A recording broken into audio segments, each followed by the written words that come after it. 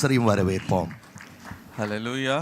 Hallelujah. Hallelujah. Hallelujah. Even this morning with great joy I welcome you all in the name of our Lord and Savior Jesus Christ. இந்த காலை வேளையிலேயும் ஆண்டவரும் இரட்சகருமாகிய இயேசு கிறிஸ்துவின் விலையேற பெற்ற நாமத்தில் உங்களை நான் வாழ்த்தி வரவேற்கிறேன். God bless you. கர்த்தர் உங்களை ஆசீர்வதிப்பாராக. Our God is the one who hears our prayers. நம்முடைய ஆண்டவர் நம்முடைய ஜெபங்களுக்கு பதில் கொடுக்கிறவராய் செவி சாய்க்கிறவராய் இருக்கிற தேவன். Also he answers our prayers. அது மாத்திரமல்ல நமக்கு பதில் தருகிறவராகவும் இருக்கிறார். That is the greatest hope we have today. அதுதான் இன்றைக்கு நமக்கு இருக்கிற ஒரு பெரிய நம்பிக்கை. Even for this morning's meditation, இந்த காலை தியானத்துக்கென்று let us turn our Bibles to Psalm 17 and verse 1. 17ஆம் சங்கீதம் முதல் வசனத்துக்கு நம்முடைய வேதத்தை திருப்பிக் கொள்ளுவோம். Psalm 17 and verse 1. 17ஆம் சங்கீதம் முதலாம் வசனம். Hear a just cause, O Lord, give heed to my cry, give ear to my prayer, which is not from deceitful lips. கர்த்தாவே நியாயத்தை கேட்டருளும், என் கூப்பிடுதலுக்கு கவனியும், கபடமில்லாத உதடுகளிலிருந்து பிறக்கும் என் விண்ணப்பத்திற்கு செவி கொடும். Here David, he cries out to the Lord and he says, இங்கே தாவீது, Lord, heed my cry, give ear to my prayer. இங்கே தாவீது தேவனை நோக்கி அழுது முறையிட்டு அவர் சொல்லுகிறார், என் கூப்பிடுதலை கவனியும், என் உதடுகளிலிருந்து பிறப்பிக்கும் என் விண்ணப்பத்திற்கு செவி கொடும்.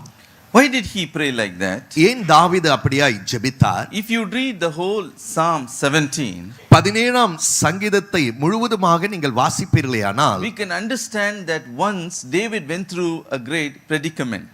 தாவீது ஒரு இக்கட்டான நெருக்கமான ஒரு சூழ்நிலையை கடந்து சென்றிருக்கிறதை நாம் பார்க்க முடியும். All his enemies all together, they rose up against him to destroy him. அவருடைய சத்துருக்கள் ஒன்றுமொத்தமாய் எல்லாருமாய் சேர்ந்து அவனை அழிக்கும்படி திட்டமிட்டார்கள். Verse 9 to verse 12, there he explains the dejection, the anxiety in his heart.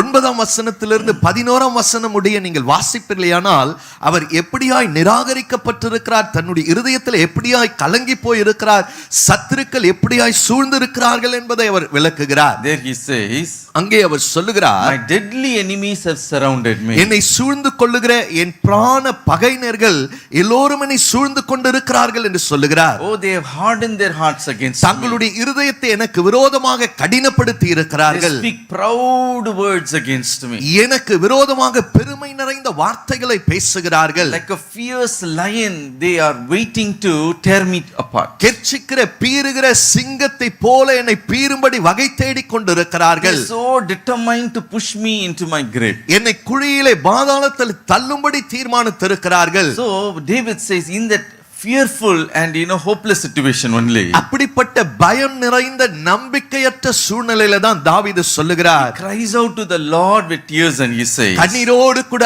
ஆண்டவரை பார்த்து அழுது அவர் சொல்லுகிறார், hear my just cause, O Lord. கர்த்தாவே என்னுடைய நியாயத்தை கேட்டருளும் ஆண்டவரே. Give me justice, give me protection and deliverance. எனக்கு நியாயத்தை தந்து, எனக்கு பாதுகாப்பை தந்து, எனக்கு விடுதலையை தாரும். 3 verses we are going to read from that psalm.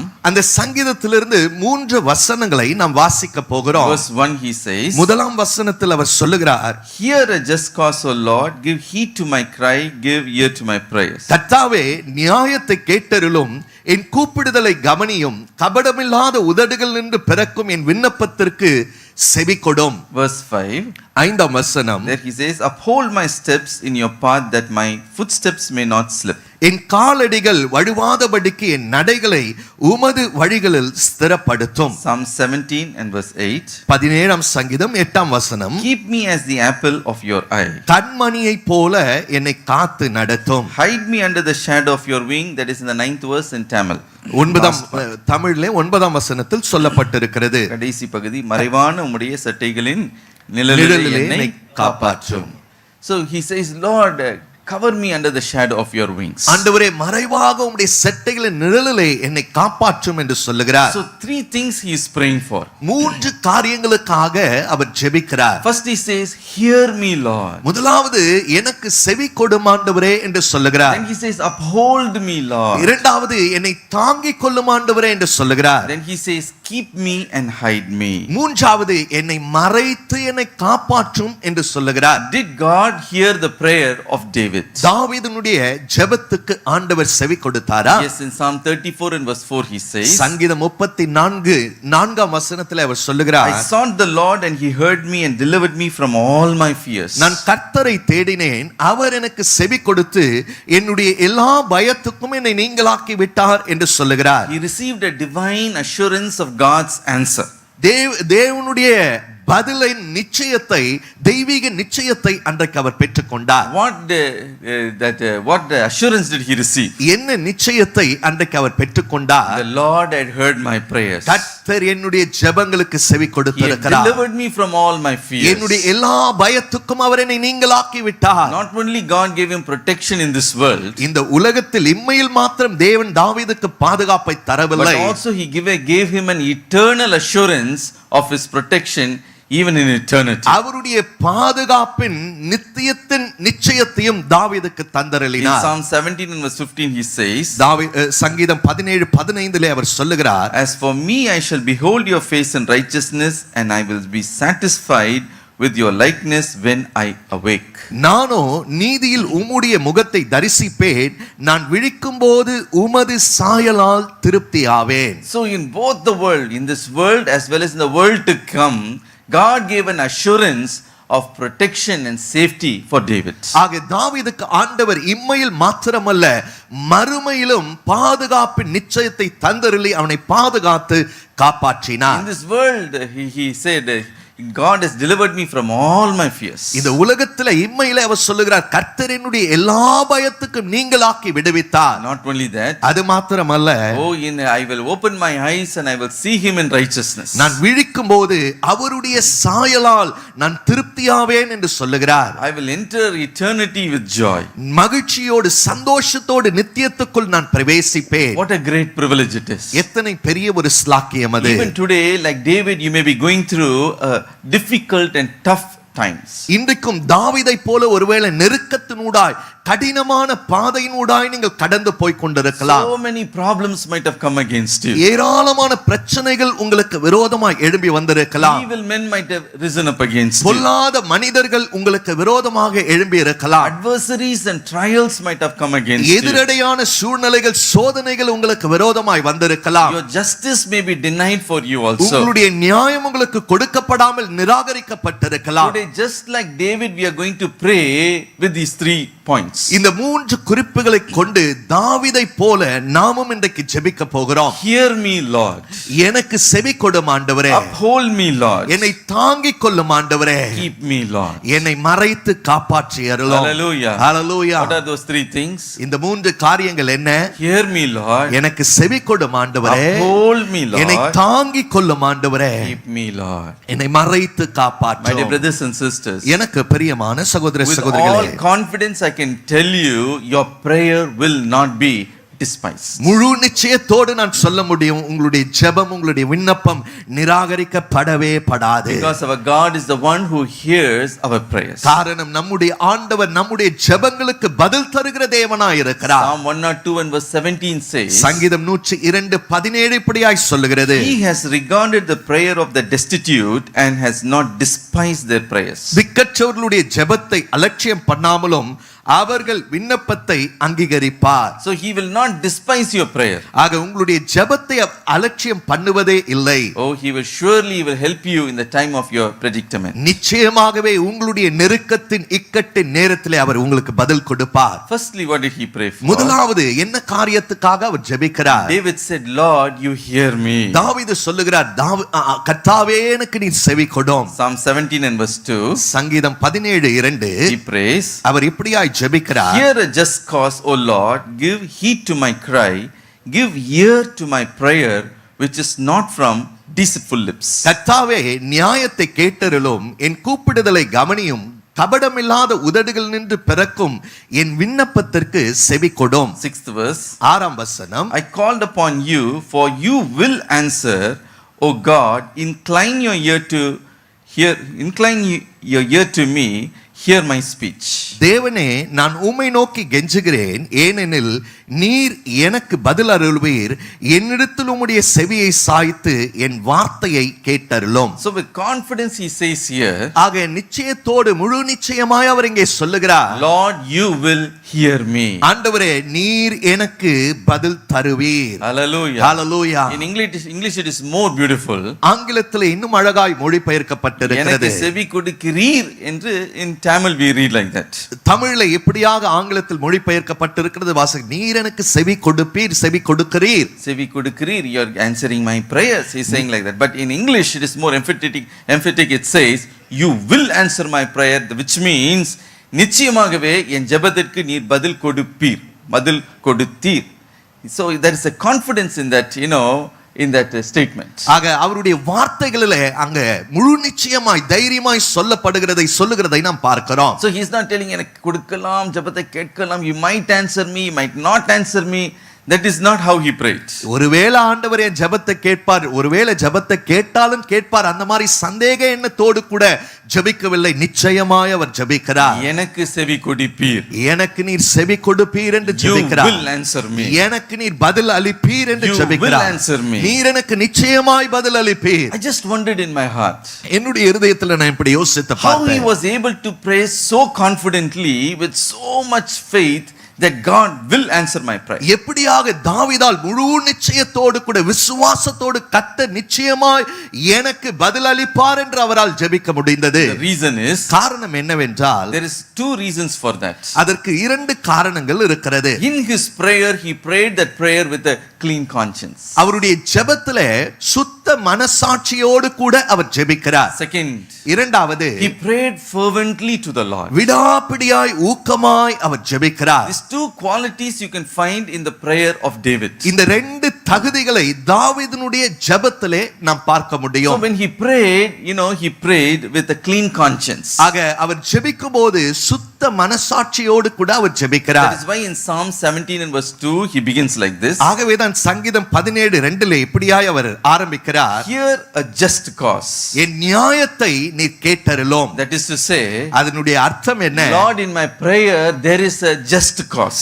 என்னுடைய ஜெபத்திலே நியாயம் இருக்கிறது ஆண்டவரே, நியாயமான காரியம் இருக்கிறது. Oh, I am not praying for something, Lord, that there is injustice or there is deceit. ஏதோ அநியாயமான காரியங்களுக்காக, கபடான காரியங்களுக்காக நான் ஜெபிக்கவில்லை. In my thing, in my cause, there is a just cause for me. என்னுடைய காரணம் நியாயமான காரணமா இருக்கிறது. My dear brothers and sisters, எனக்கு பிரியமான சகோதர when சகோதரிகளே, our thing is a just cause before the Lord, surely the Lord will hear our prayer and he will answer. ஆண்டவருக்கு முன்பாக நம்முடைய காரணம் நியாயமா இருக்கும்போது நிச்சயமாகவே ஆண்டவர் செவி கொடுத்து பதில் தருவார். That is why he was boldly able to say, you will answer me. நீ பதில் கொடுத்து தான் ஆகணும். You have to answer me. ஆகவே தான் தாவீது தைரியமாய் ஜெபிக்கிறார், நீ பதில் தந்தே ஆக வேண்டும் என்று சொல்லி ஜெபிக்கிறார். பதில் தருவீர். நீ பதில் தருவீர் என்று ஜெபிக்கிறார். So that confidence was in him because he knows he is praying with a clean conscience. ஆக இந்த ஒரு நிச்சயம் அவருக்குள்ள இருந்தது. காரணம் என்னன்னா, சுத்த மனசாட்சியோடு கூட அவர் ஜெபிக்கிறார். Hallelujah. Hallelujah. That is why in verse 3 he says, ஆகவே தான் 3ஆம் வசனத்தில் அவர் சொல்லுகிறார், you have tested my heart, you have visited me in the night,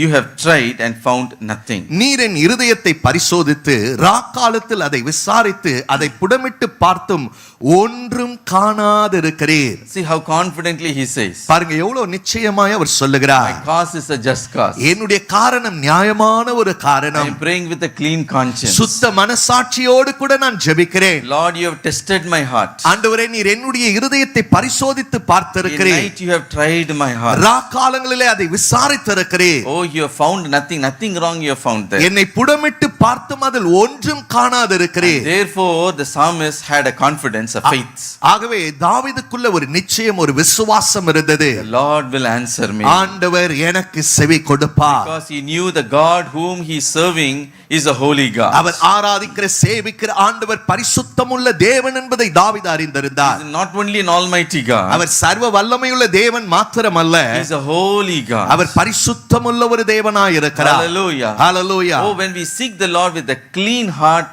with a just cause, surely he answers. சுத்த மனசாட்சியோடு நியாயமான காரணத்தோடு கூட நாம் அவரை தேடும்போது நிச்சயமாகவே அவர் நமக்கு பதில் அளிக்கிறவராய் இருக்கிறார். Psalm 51 and verse 10 when you read, சங்கீதம் 51:10 நீங்கள் வாசிக்கும் போது David says, Lord, create in me a clean heart, O God. தாவீது சொல்லுகிறார், சுத்த இருதயத்தை என்னிலே சிருஷ்டியும் ஆண்டவரே. In Psalm 66 and verse 18 he says, சங்கீதம் 66:18 அவர் சொல்லுகிறார், if I regard iniquity in my heart, the Lord will not hear. என் இருதயத்திலே அக்கிரம சிந்தையை கொண்டிருப்பேனே ஆனால் ஆண்டவர் எனக்கு செவி கொடார். John 9 and verse 31 says, யோவான் 9:31 சொல்லுகிறது, oh, if we are when we have and God does not listen to the sinners. பாவிகளுக்கு தேவன் செவி கொடுக்கிறதில்லை என்பதை நாம் So அறிந்திருக்கிறோமே. David knew this fact already. ஆக தாவீது இந்த உண்மையை சத்தியத்தை ஏற்கனவே அவர் அறிந்து Lord, வைத்திருந்தார். when I come before you with a clean conscience, you will hear me. ஆண்டவரே, சுத்த மனசாட்சியோடு கூட உமக்கு முன்பாக வரும்போது நிச்சயமாகவே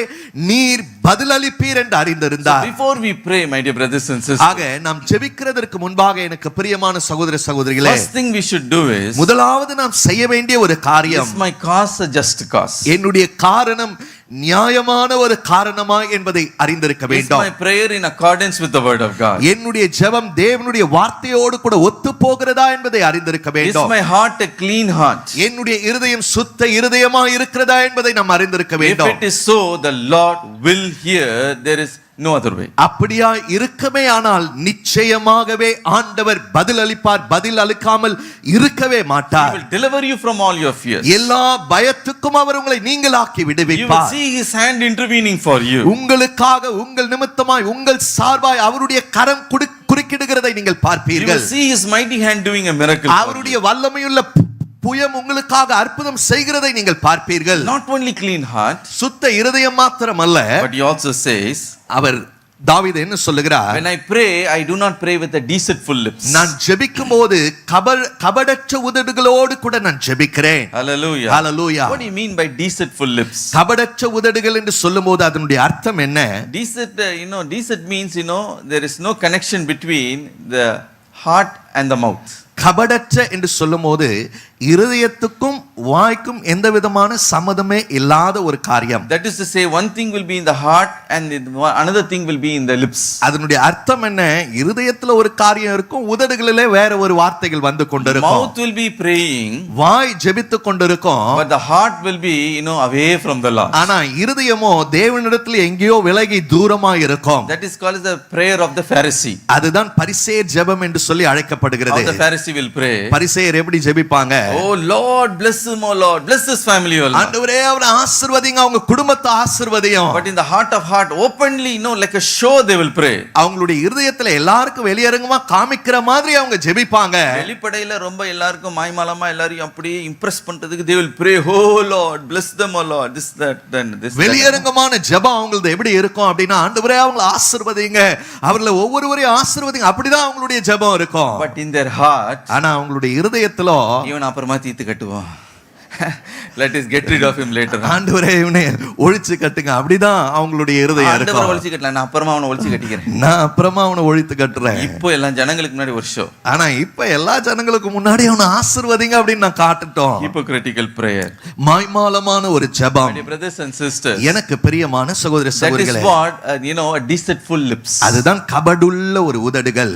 One day a brother said, ஒரு நாள் ஒரு சகோதரன் சொன்னார், brother, I am praying for you daily. ஒவ்வொரு நாளும் உங்களுக்காக ஜெபம் பண்றேன் brother. I was very happy. அதை கேட்ட உடனே எனக்கு ரொம்ப சந்தோஷம். ஒரு பாருங்க, பிறவி இருக்கு பாரு நமக்கு, to pray for us every day. பாரு, நமக்காக ஒவ்வொரு நாளும் ஜெபிக்கிற ஒரு பறவை இருக்குதே. I was very happy. அதை கேட்ட உடனே எனக்கு ரொம்ப I was சந்தோஷம். standing in the steps.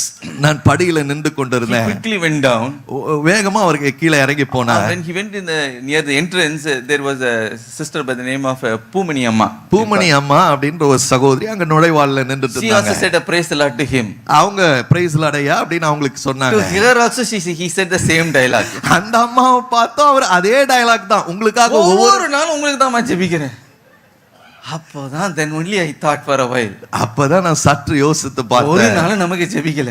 ஒரு நாளும் அவர் நமக்கு ஜெபிச்ச Not மாதிரி even இல்ல. one day he had prayed for ஒரு me. நாள் கூட அவர் எனக்காக ஜெபிச்ச மாதிரி இல்ல. That is to say, அதனுடைய அர்த்தம் என்ன? deceitful lips. கபடுள்ள உதடுகள். There is no connection between the lips and the heart. உதடுக்கும் இருதயத்துக்கும் எந்த விதமான சம்பந்தமும் இணைப்பும் இல்ல.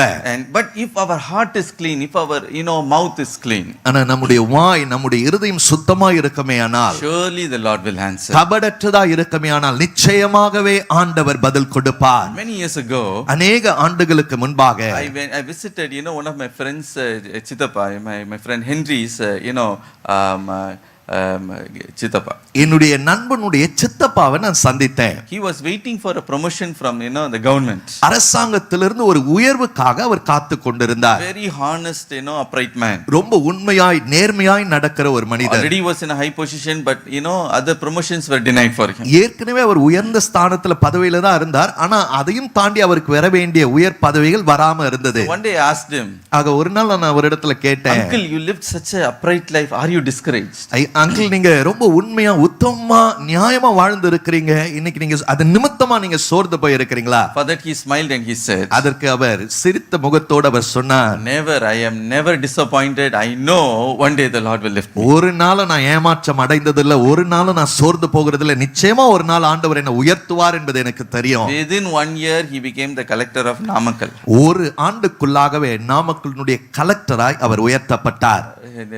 And my dear brothers and sisters, எனக்கு பிரியமான சகோதர சகோதரிகளே, today when our heart is clean and our lips is decentless, பாருங்க, நம்முடைய உதடுகளிலே கபடற்றவர்களா இருக்கும்போது, இருதயத்திலே சுத்த மனசாட்சியோடு கூட இருக்கும்போது, the Lord will surely hear. ஆண்டவர் நிச்சயமாய் செவி கொடுப்பார். That is why he says, ஆகவே தான் தாவீது சொல்லுகிறார், Lord, you will hear me. ஆண்டவரே, நீ நிச்சயமாய் எனக்கு செவி கொடுப்பீர், You will hear me. நிச்சயமாய் எனக்கு பதில் அளிப்பீர். Even today, set right your heart today. இன்றைக்கு ஆண்டவருக்கு முன்பாக உங்க இருதயத்தை சீர்படுத்தி Today சரிப்படுத்திக் God கொள்ளுங்க. wants to answer you. ஆண்டவர் இன்றைக்கு உங்க ஜெபங்களுக்கு பதில் அளிக்கவே He விரும்புகிறார். wants to intervene. இன்றைக்கு உங்கள் சார்பாய் உங்கள் நிமித்தமாய் குறுக்கிட But விரும்புகிறார். whatever the Holy Spirit says, you obey that. பரிசுத்த ஆவியானவர் என்னெல்லாம் உங்களுக்கு சொல்லுகிறாரோ அதற்கெல்லாம் நீங்க He கீழ்ப்படியுங்கள். says, forgive someone, forgive that person. யாரையாவது மன்னிக்கணும்னு பரிசுத்த ஆவியானவர் உணர்த்துகிறாரோ அவரை உடனடியாய் மன்னிங்க. Oh, you compromise with in certain thing, compromise. சில காரியங்களிலே சமரசம் செய்ய வேண்டுமா, அதை சமரசம் செய்து கொள்ளுங்க. Our prayer is going to be an effective one. நம்முடைய ஜெபம் உண்மையாகவே பலனளிக்க போகிற ஜெபமாய் இருக்க James 5 போகிறது. and verse 16 says, யாக்கோபு 5:16 சொல்லுகிறது, confess your trespass to one another and pray for one another that you may be healed. The effective fervent prayer of the righteous man avails much. உங்கள் குற்றங்களை ஒருவருக்கொருவர் அறிக்கையிட்டு ஒருவருக்காக ஒருவர் ஜெபம் பண்ணுங்கள், நீதிமான் செய்யும் ஊக்கமான வேண்டுதல் மிகவும் பலனுள்ளதாய் இருக்கிறது. Hallelujah. ஹல்லேலூயா. மிகவும் பலன் உள்ளது. Amen. Why it is so effective? ஏன் மிகவும் பலனுள்ளதாய் இருக்கிறது? Comes out of a clean heart and it comes out of the lips where there is no deceit. கபடற்ற உதடுகள் நின்று சுத்த மனசாட்சியிலிருந்து சுத்தமான இருதயத்திலிருந்து பிறக்கிறதா இருக்கிறது. Secondly, இரண்டாவது, here you see David also prayed fervently. ஊக்கமாய் ஜெபிக்கிறதை விடாப்பிடியாய் ஜெபிக்கிறதையும் நாம் பார்க்கிறோம். Again and again he is crying out to the Lord. மீண்டும் மீண்டுமாய் ஆண்டவரை நோக்கி அழுது கூப்பிடுகிறார். He says, Lord, hear me. ஆண்டவரே, நீர் எனக்கு செவி சாயும், என்னை கேட்டருளும். என்னை கேட்டருளும். Then he says, attend my prayer. என் விண்ணப்பத்திற்கு செவி கொடு. என்னுடைய விண்ணப்பத்திற்கு செவி கொடும் என்று சொல்லுகிறார். Then he says, Lord, I plead to you. ஆண்டவரே, உம்மை நோக்கி நான் கெஞ்சுகிறேன் என்று சொல்லுகிறார். Then he says, Lord, I incline your ears to me.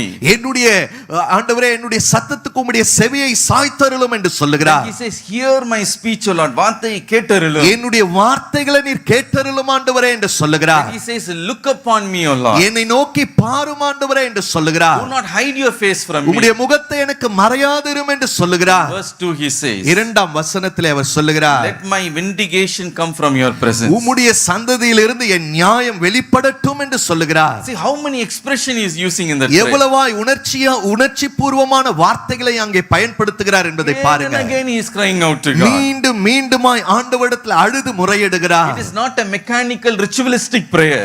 ஏதோ சடங்காய் அவர் ஜெபிக்கவில்லை. Oh, but he கடமைக்காக, but he prayed with a fervent heart. கடமைக்காக அவர் ஜெபிக்கவில்லை, ஊக்கமாய் உண்மையான இருதயத்தோடு அவர் ஜெபிக்கிறார். Without giving up fervently, he prayed. தளர்ந்து போகாமல் விடாப்பிடியாய் அவர் In ஜெபிக்கிறார். other words, we can say, வேறொரு வார்த்தைகள் சொல்ல when our வேண்டுமானால் prayer is a non-stop prayer, நம்முடைய ஜெபங்கள் விடாப்பிடியாய் விடாமல் தொடர்ந்து ஜெபித்துக் கொண்டிருக்கும் போது surely the Lord will hear that. நிச்சயமாகவே ஆண்டவர் அந்த ஜெபத்துக்கு செவி கொடுப்பார். Not only our heart should be clean and our lips should be defectless, நம்முடைய உதடுகளிலே கபடில்லாமல் இருப்பது மாத்திரமல்ல, இருதயத்திலே சுத்தமாய் இருப்பது மாத்திரமல்ல, but also persistently, fervently we have to pray. விடாப்பிடியாய் ஊக்கமாய் நாம் ஜெபிக்க வேண்டும். If you would take hold of the Lord persistently in prayer, surely you will shake heaven. ஆண்டவரை விடாப்பிடியாய் பிடித்துக்கொண்டு ஊக்கமாய் நீங்க ஜெபிப்பீர்களேயானால் நிச்சயமாகவே அந்த ஜெபம் பரலோகத்தை அசைக்கிறதா இருக்கும். Because Matthew 11 and verse 12 says, காரணம் மத்தேயு 11:12 சொல்லுகிறது, Jesus said, from the days of John the Baptist until now, the kingdom of heaven suffers violence, and the violent take it by force. யோவான் ஸ்நானகன் காலம் முதல் இதுவரைக்கும் பரலோக ராஜ்யம் பலவந்தம் பண்ணப்படுகிறது, பலவந்தம் பண்ணுகிறவர்கள் அதை பிடித்துக் கொள்ளுகிறார்கள். Hallelujah. Hallelujah. பலவந்தம் பண்ணுகிறவ. How do you violently take control of heaven? எப்படி பரலோகத்தை பலவந்தம் பண்ணுவது, எப்படி பரலோக ராஜ்யத்தை பலவந்தம் பண்ணி ஜெபிப்பது, How to compel the kingdom of heaven? எப்படி பரலோக ராஜ்யத்தை வற்புறுத்தி ஜெபிப்பது. You cannot go there and compel anyone, go to heaven and compel anything. பாருங்க, பரலோகத்துக்கு போய் அங்க யாரையும் வற்புறுத்த முடியாது, பலவந்தம் பண்ண But முடியாது. here on earth, through your prayers, you can compel the heaven, the kingdom of heaven. ஆனா இங்க பூலோகத்துல ஜெபத்தின் மூலமாய் பரலோக ராஜ்யத்தை உங்களால் பலவந்தம் பண்ண முடியும். பலவந்தம் பண்ணுகிறவர்கள் அதை பிடித்துக் கொள்ளுகிறார்கள். Hallelujah. When you Hallelujah. compel heaven, you will surely, the heaven's doors will be open for you. பாருங்க, பலவந்தம் பண்ணும்போது பரலோகத்தின் வாசல்கள் உங்களுக்காக திறக்கப்படுகிறது. Miracles do happen. அற்புதங்கள் நடைபெறுகிறது. Changes, blessed changes do come. ஆசீர்வாதமான மாற்றங்கள் வருகிறது. Look at blind Bartimaeus. குருடனாகிய பர்த்திமேயுவை பாருங்க. In Luke chapter 18 and verse 38. Luca 18:38 He heard that Jesus is passing by. இயேசு கிறிஸ்து அந்த வழியாய் கடந்து போகிறார் என்பதை இவன் கேள்விப்படுகிறார். The moment he heard that Jesus is passing by, இயேசு கடந்து போகிறார் என்பதை அவன் கேள்விப்பட்ட உடனே he cried out and he said, Son of David, have mercy on me. அழுது, தாவீதின் குமாரனே எனக்கு இரங்கும் என்று சொல்லி கூப்பிடுகிறான். All those who were nearby him, criticized him. அவனை கூட இருக்கிறவர்கள் எல்லாம் அவனை அதட்டுகிறார்கள், சத்தம் போடாதே என்று மிரட்டுகிறார்கள். Discouraged him and said, keep quiet. அவனை அதட்டி அமைதியாயிரு என்று சொல்லுகிறார்கள். Oh, Jesus is going by, he may be very busy. Why are you shouting? இயேசு இந்த வழியா போகிறார், அவர் ரொம்ப அலுவலா இருப்பார், நீயே சத்தம் போட்டு கொண்டு இருக்கிற. They rebuked him and said, be silent. அவனை கடிந்து கொண்டு அமைதலாயிரு என்று சொல்லுகிறார்கள். But the more they rebuked him, the more he began to cry out to them. ஆனா அவனை எவ்வளவாய் கடிந்து கொண்டார்களோ அவ்வளவு அதிகமாய் இன்னும் சத்தமாய் தாவீதின் குமாரனே எனக்கு இரங்கும் என்று சொல்லி All the கூப்பிடுகிறார். more he shouted, Son of David, have mercy on me. இன்னும் அதிகமாய் சத்தம் போட்டு அவர் கூப்பிடுகிறார், தாவீதின் குமாரனே எனக்கு இரங்கும். Jesus, kept on walking, ignoring his prayer. பாருங்க, இயேசு அவனுடைய ஜெபத்துக்கு பதில் கொடுக்கல, செவி சாய்க்கல, அவர் கடந்து போய் கொண்டே தான் இருந்தார். But the more he cried, ஆனால் எவ்வளவாய் அவன் அழுது கூப்பிட்டானோ, the Bible says, வேதம் சொல்லுகிறது, Jesus stood still. இயேசு நின்றார் என்று சொல்லப்பட்டிருக்கிறது. He stood still. இயேசு அவனுடைய சத்தத்தை கேட்டு அவர் நின்றார் என்று Bring சொல்லப்பட்டிருக்கிறது. him to me. அவனை என்னிடத்தில் அழைத்துக் கொண்டு Asked வாருங்கள். him, what do you want? அவனிடத்தில் ஆண்டவர் கேட்கிறார், நான் உனக்கு என்ன செய்ய வேண்டும்? Lord, I want my sight. அவன் சொல்லுகிறான், நான் குருடனாய் இருக்கிறேன், நான் பார்வையடைய வேண்டும் ஆண்டவரே. Hallelujah. Hallelujah. He received his sight. அவனுடைய பார்வையை அவன் பெற்றுக்கொண்டான். Supposing if he would have cried once or twice and given up, he would have been a blind man all his life. பாருங்க, ஒருவேளை அவன் ஒரு தடவை ரெண்டு தடவை அழுது கூப்பிட்டு ஆண்டவர் பதில் தரல, செவி சாய்க்கல அப்படின்னா அவன் வாழ்நாள் முழுவதும் குருடனாகவே இருந்திருப்பான். The kingdom of God can be compelled. பலவந்தம் பண்ணுகிறவர்கள் அதை பிடித்துக் கொள்ளுகிறார்கள். Hallelujah. Hallelujah. Kingdom of God can be compelled through your prayers. தேவனுடைய ராஜ்யம் உங்களுடைய ஜெபத்தின் மூலமாய் பலவந்தம் பண்ண முடியும். There's a difference between casual prayer and there's a difference between fervent prayer. பாருங்க, சாதாரண ஜெபத்துக்கும் ஊக்கமாய் விடாப்பிடியாய் ஜெபிக்கிற ஜெபத்துக்கும் வித்தியாசம் இருக்கிறது. In Acts chapter 12 when you read, அப்போஸ்தலர் 12ஆம் அதிகாரத்தை நீங்க வாசிக்கும்போது, Herod the king, he persecuted the Christians during early church time. ஆதி சிறுசபை நாட்களிலே ஏரோது ராஜா அதிகமாய் சபையின் ஊழியர்களையும் சீஷர்களையும் துன்பப்படுத்தினார். And he killed James by sword. யாக்கோபை அவன் கொலை செய்து விட்டான். And then he caught hold of Peter and put him in the prison அது also. மாத்திரமல்ல, பேதுரு பேதுருவை சிறைப்படுத்தி விட்டான். Now he wanted to kill Peter also. இப்பொழுது தாவீதையும் கொலை செய்யும்படி வகை தேடி கொண்டிருக்கிறான். At that time only the church woke up. அந்த நேரத்துல தான் சபை விழித்துக் கொண்டார்கள். Fervently they prayed. ஊக்கமாய சபையார் ஜெபித்தார்கள். Lord, unless Lord you deliver Peter, we will not be quiet. ஆண்டவரே, பேதுருவை நீர் விடுவித்தருளுகிற வரைக்கும் நாங்கள் அமைதியா இருக்க போவதில்லை. Throughout the night they prayed. ராத்திரி முழுவதுமாய் ஊக்கமாய் அவர்கள் ஜெபித்தார்கள். The Bible says வேதம் சொல்லுகிறது, their prayer, they compelled the hand of God to open the prison doors. சிறைச்சாலையின் கதவுகளை திறந்தருளும்படி கர்த்தருடைய கரத்தை அவர்கள் பலவந்தம் பண்ணினார்கள். And the prison doors were opened. சிறைச்சாலையின் கதவுகள் திறக்கப்பட்டது. Peter walked free. பேதுரு விடுதலையாய் வெளியே வந்தார். That night if they would have refused to pray, அந்த ராத்திரி ஒருவேளை அவங்க ஜெபிக்க மறுத்திருப்பார்களே ஆனால் probably Peter would have martyred very early. ஒருவேளை ரொம்ப சீக்கிரமாகவே பேதுரு மரித்து போயிருந்திருப்பார். ரத்த சாட்சியாய் மரித்திருந்திருப்பார். ரத்த சாட்சியாய் அவர் மரித்து போயிருந்திருப்பார். We can compel the kingdom of heaven. பாருங்க, தேவனுடைய பரலோக ராஜ்யத்தை நாம் பலவந்தம் பண்ண முடியும். Even look at our spiritual father Jacob. நம்முடைய ஆவிக்குரிய தகப்பனாகிய யாக்கோபை நீங்க பாருங்க. Genesis 32 when you read, ஆதியாகமம் 32ஆம் அதிகாரத்தை நீங்க வாசிக்கும் he was போது facing a dangerous situation. ஒரு ஆபத்தான சூழ்நிலையை இந்த யாக்கோபு சந்திக்கிறார். Next day he has to meet his brother Esau. அடுத்த மறுநாள் அவனுடைய சகோதரனாகிய ஏசாவை சந்திக்க வேண்டிய ஒரு சூழ்நிலை. But that night he wrestled with the Lord. ஆனா அந்த ராத்திரி தேவனோடு கூட அவன் போராடி ஜெபித்தார். How did he wrestle? எப்படியாய் போராடி ஜெபித்தார்? Until you bless me I will not let you go. நீர் என்னை ஆசீர்வதிக்கிற வரைக்கும் நான் உம்மை போக விடுகிறதில்லை. Until you bless me I will not let you go. நீர் என்னை ஆசீர்வதிக்கிற வரைக்கும் நான் உம்மை போக விடுகிறதில்லை. It was a wrestling match. அது ஒரு மல்யுத்த போட்டியாக இருந்தது. மல்யுத்த ஜெபம்.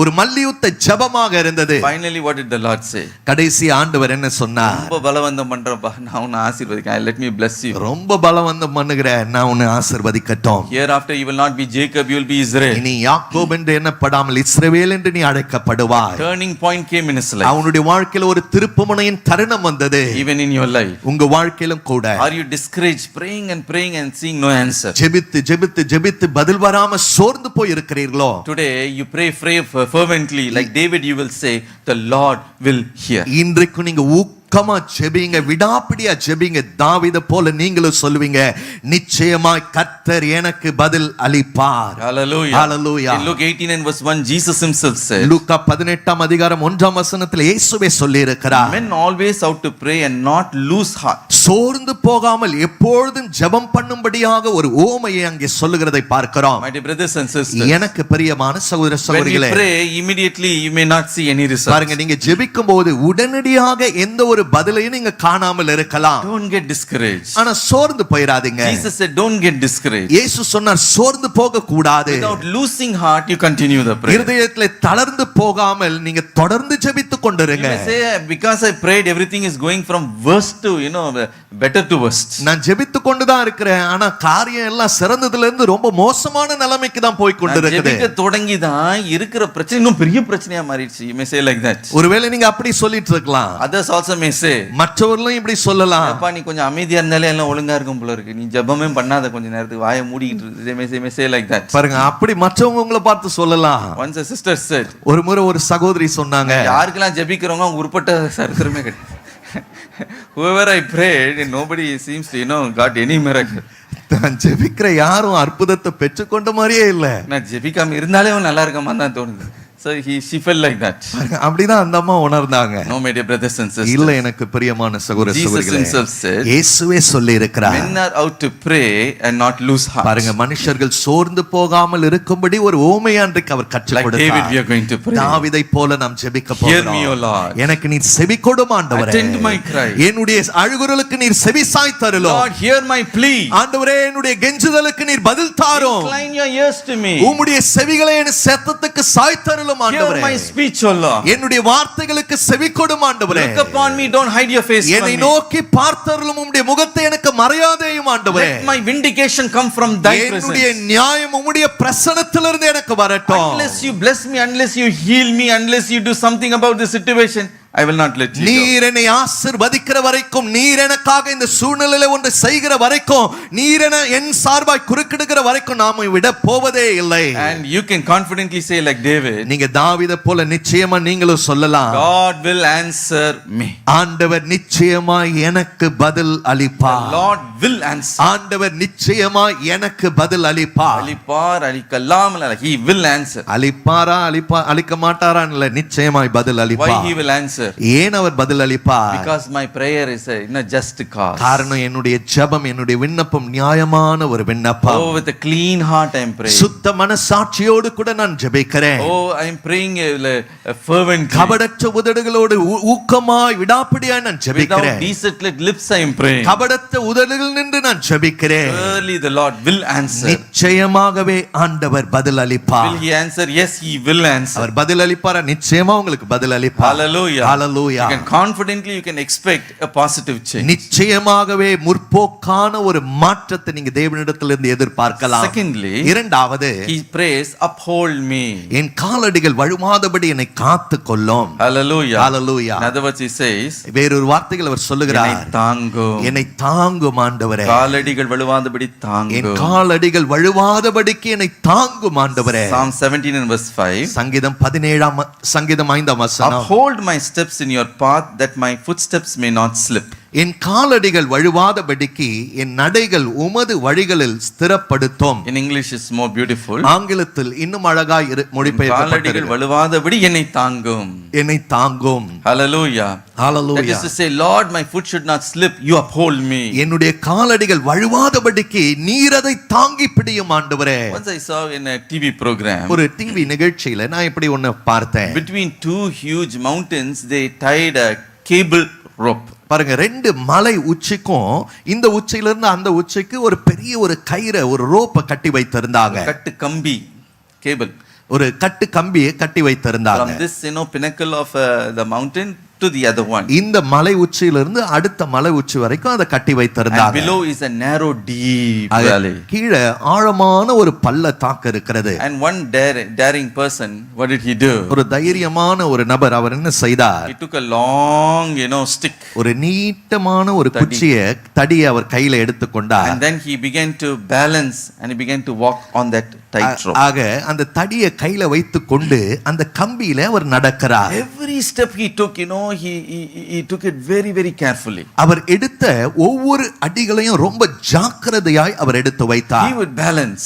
அந்த கம்பியில அந்த தடியிலே அப்படியாய் சமநிலைப்படுத்திக் கொள்வார். And then one step after, carefully, every step he will calculate and he will keep. ரொம்ப பத்திரமாய், ரொம்ப ஜாக்கிரதையாய் ஒவ்வொரு அடியும் கணக்கிட்டு அவர் எடுத்து வைப்பார். The reason is, காரணம் என்னவென்று சொன்னால், one wrong step, that will be his last step. ஒரு தவறான எடுத்து வைக்கிற ஒரு அடியும் அதுதான் அவருடைய கடைசி எடுத்து வைக்கிற அடியா இருக்க He will முடியும். plummet deep into that, valley.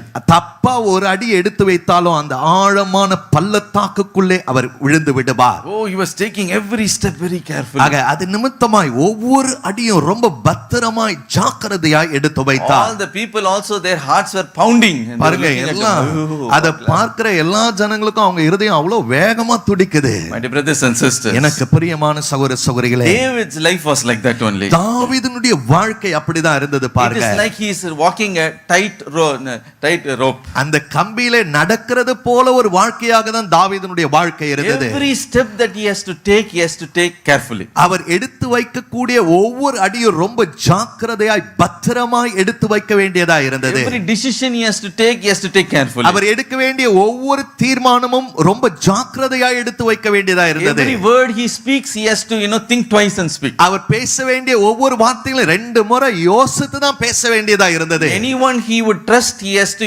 think twice and only trust. யாரையாவது நம்பணுமா அப்படின்னா ரெண்டு முறை யோசித்து தான் நம்ப வேண்டியதா இருந்தது. So everything, because so much enemies were surrounding him, a dangerous path. காரணம் அவரை சுற்றிலும் ஏராளமான சத்துருக்கள் சூழ்ந்திருந்தார்கள்.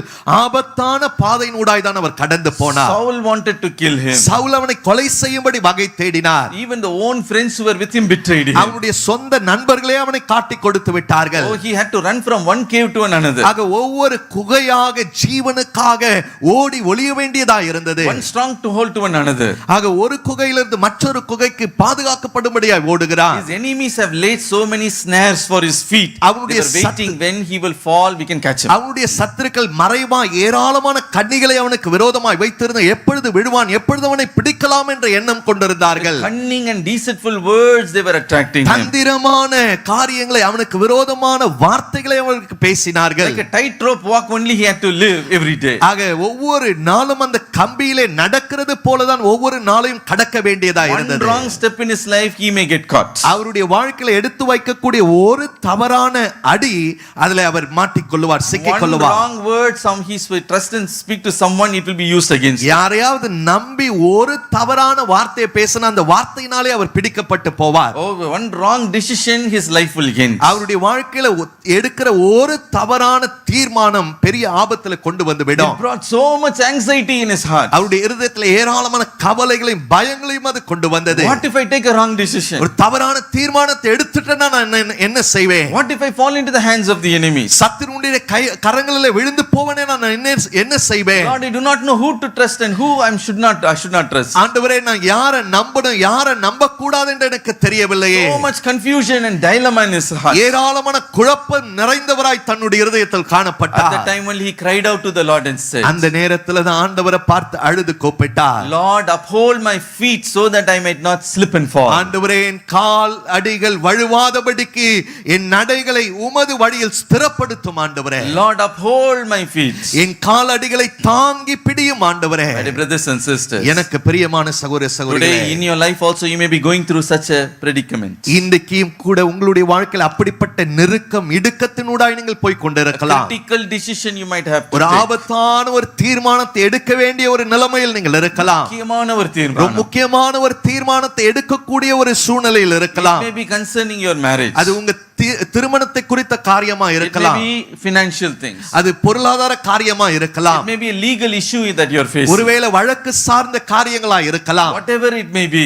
அது எதுவா இருந்தாலும் சரி, fear and anxiety might have filled your heart. பயமும் கவலையும் துக்கமும் உங்க இருதயத்தை நிரப்பி இருக்கலாம். I am doing this, I do not know what will happen next. இத நான் செய்றேன், அடுத்து எனக்கு என்ன சம்பவிக்கும்னு எனக்கு தெரியல. Oh, if I trust this person, will everything be all right? இந்த நபரை நான் நம்பிட்டு இருக்கிறேன், இவரை நம்புற நிமித்தமா எல்லாம் சரியாயிருமா தெரியலையே. Oh, so many confusion may be in your mind. ஏராளமான குழப்பங்கள் உங்க சிந்தையில இருக்கலாம். Night and day you may be sleepless. இரவும் பகலுமாய் தூக்கம் இல்லாமல் இருக்கலாம். But like David, we will also do one thing. ஆனா தாவீதை போல நாமும் ஒரு காரியத்தை செய்யட்டும். Every step I take, oh Lord, you order my steps. ஆண்டவரே நான் எடுத்து வைக்கிற ஒவ்வொரு காலடியையும் நீர் தாங்கி பிடியும் ஆண்டவரே. You uphold my feet and prevent me from falling. என் காலடிகளை தாங்கி பிடித்து வழுவாதபடிக்கு விழாதபடிக்கு காத்துக்கொள்ளும். Hallelujah. Hallelujah. David, he gave that responsibility to the Lord. தாவீது அந்த கடமையை ஆண்டவரிடத்தில் ஒப்பு கொடுத்து The விட்டார். Lord upholded him.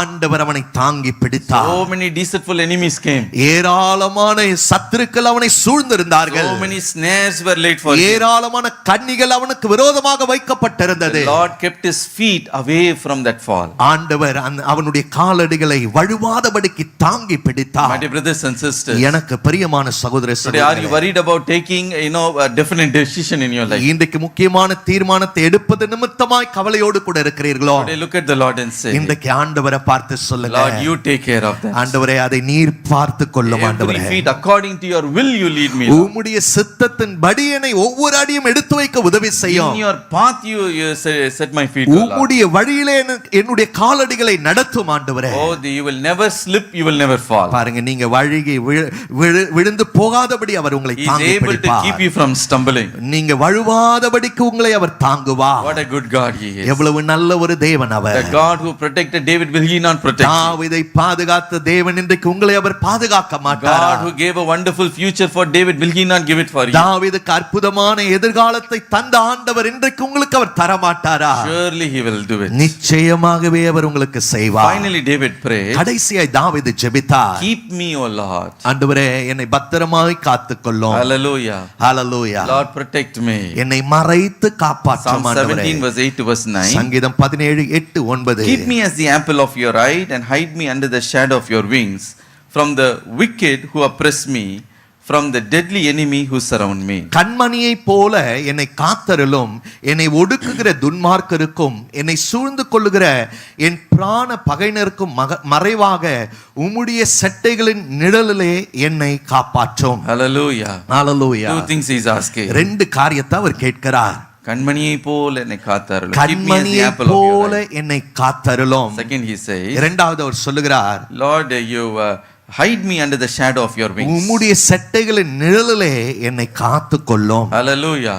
Hallelujah. Two things he is praying for. ரெண்டு காரியங்களுக்காக அவர் ஜெபிக்கிறார். First he says, முதலாவது அவர் சொல்லுகிறார், keep me as the apple of your eye. கண்மணியை போல என்னை காத்தருளும். English it is more beautiful. ஆங்கிலத்தில் இன்னும் அழகாய் மொழிபெயர்க்கப்பட்டிருக்கிறது. Tamil says கண்மணியை போல் காத்தருளும், but உமது கண்மணியை போல காத்தருளும். In English we read. ஆங்கிலத்தில் எப்படி வாசிக்கிறோம் என்று சொன்னால், உம்முடைய கண்மணியை போல காத்துக்கொள்ளும். That was the expectation of David. அதுதான் தாவீதுனுடைய எதிர்பார்ப்பாய் இருந்தது. Why should he pray like that? ஏன் அவர் அப்படி ஜெபிக்க வேண்டும்? ஆண்டவரே உம்முடைய காதை போல பாதுகாத்துக் கொள்ளும். He would have prayed like that, is it not? பாருங்க, உங்க காதை போல காத்துக்கொள்ள ஆண்டவரேன்னு ஜெபிச்சிருக்கலாம்ல. அல்லது ஆண்டவரே உம்முடைய இருதயத்தை போல பாதுகாத்து. உங்க இருதயத்தை போல பாதுகாத்துக்கொள்ளணும்னு ஜெபித்திருக்கலாம். Why should he say, Lord, keep me as the apple of thine eye? உம்முடைய கண்மணியை போல காத்துக்கொள்ளும் என்று ஏன் தாவீது ஜெபிக்க Because வேண்டும்? I believe when God created all the organs in our body, he gave more importance to the eyes. நான் நம்புகிறேன், சரீரத்துல ஆண்டவர் எல்லா அவயவங்களையும் உருவாக்கின போது கண்களுக்கு ரொம்ப அதிகமாக முக்கியத்துவம் கொடுத்திருக்கிறார். Because he placed it in a very, secure position. பாருங்க, இந்த கண்களை ரொம்ப பத்திரமான இடத்துல வைத்திருக்கிறார். He put it into a eye socket. கண் குழியில ஆண்டவர் வைத்திருக்கிறார். And he also put, a eyebrow over it. Nothing should, fall into it. பாருங்க, அதற்கு மேல ஒரு புருவத்தை வைத்திருக்கிற, எதுவும் அதற்குள்ள விழுந்து விட கூடாது என்று. And also he has given the, eyebrows. அது மாத்திரமல்ல, கண் இமைகளை ஆண்டவர் நமக்கு தந்திருக்கிறார். Eyelids he has given. அது மாத்திரமல்ல, அந்த கண் இமைகளுக்கு மேல முடிகளையும் ஆண்டவர் வைத்திருக்கிறார். Even if you bring your own hand near it, immediately it will close. பாருங்க, உங்க சொந்த கண்களே உங்க கண்களுக்கு முன்னாடி, விரல்களை உங்க கண்களுக்கு முன்னாடி கொண்டு வந்தீங்கன்னா தானா அது மூடிக்கும். ட்ரை பண்ணி பாருங்களேன், பக்கத்துல இருக்கவங்க.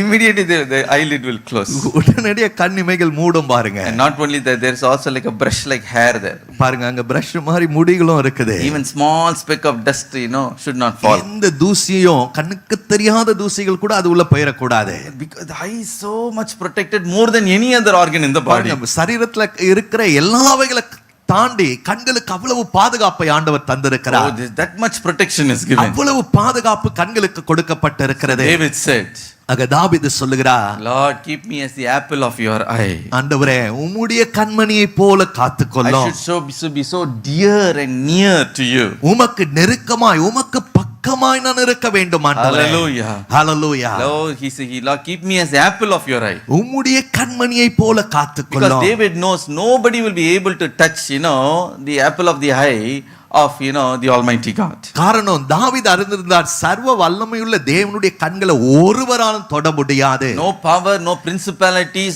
no evil force can ever touch. எந்த அந்த மோடி அவர்களுடைய கண்களை நீங்க குத்த முடியுமா? No, you cannot do that. அதெல்லாம் பண்ணவே முடியாது பாருங்க. Now think about, can you poke the eye of the Almighty God? இப்போ இதை யோசிங்க, சர்வ வல்லமையுள்ள தேவனுடைய கண்களை நம்மால குத்த முடியுமா? Nobody can touch. யாரும் தொடவே முடியாது. That is why David prayed. ஆகவே தான் தாவீது ஜெபிக்கிறாரு, Keep me as the apple of உம்முடைய கண்மணியை போல என்னை காத்துக்கொள்ளும். Hallelujah. Hallelujah. As long as I am the apple of your eye, nobody can touch me. உம்முடைய கண்மணியை போல நான் இருக்கும்போது யாரும் என்னை தொட முடியாது ஆண்டவரே. Zechariah 2:8 the Lord says, சகரியா 2:8 ஆண்டவர் இப்படி சொல்லி He who இருக்கிறார், touches you touches the apple of my என்னை eye. தொடுகிறவன் என்னுடைய கண்ணின் மணியை தொடுகிறான் என்று சொல்லி இருக்கிறார். உன்னை தொடுகிறவன் என் கண்ணின் மணியை தொடுகிறான். Hallelujah. Hallelujah. Even today let us pray like that. இன்றைக்கு நாமும் கூட அப்படியாய் ஜெபிப்போம். Only one thing I ask, O Lord. ஆண்டவரே, ஒரே ஒரு காரியத்தை தான் நான் கேட்கிறேன். உமது கண்மணியை போல என்னை பாதுகாத்து. உமது கண்மணியை போல என்னை பாதுகாத்துக் கொள்ளும். Keep me as the apple of your eye. உமது கண்மணியை போல என்னை பாதுகாத்துக் கொள்ளும். Not only that, அது மாத்திரமல்ல, he also says,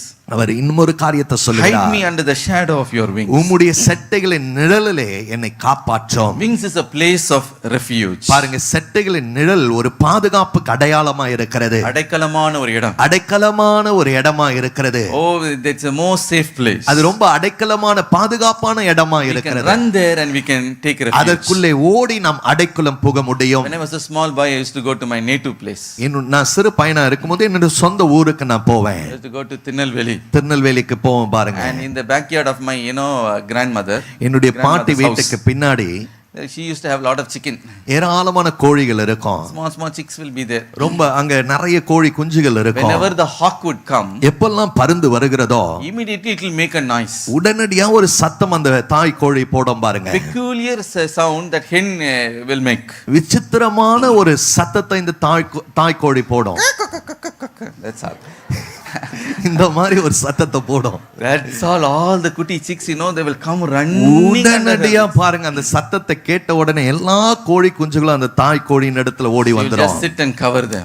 அந்த சட்டைகளுக்குள்ள அது மறைத்துக் கொள்ளும். God also has such a wonderful wings. ஆண்டவருக்கும் அப்படிப்பட்ட அற்புதமான சட்டைகள் இருக்கிறது. So many evil may be surrounding you. ஏராளமான பொல்லாப்புகள் உங்களை சூழ்ந்து இருக்கலாம். So many dangers may be there. ஏராளமான ஆபத்துக்கள் இருக்கலாம். Oh, you can go and hide under that wing. ஆனா அந்த சட்டைகளின் நிழலுக்குள்ளே நீங்கள் அடைக்கலம் புக முடியும். Hallelujah. Hallelujah. That is why David saw that.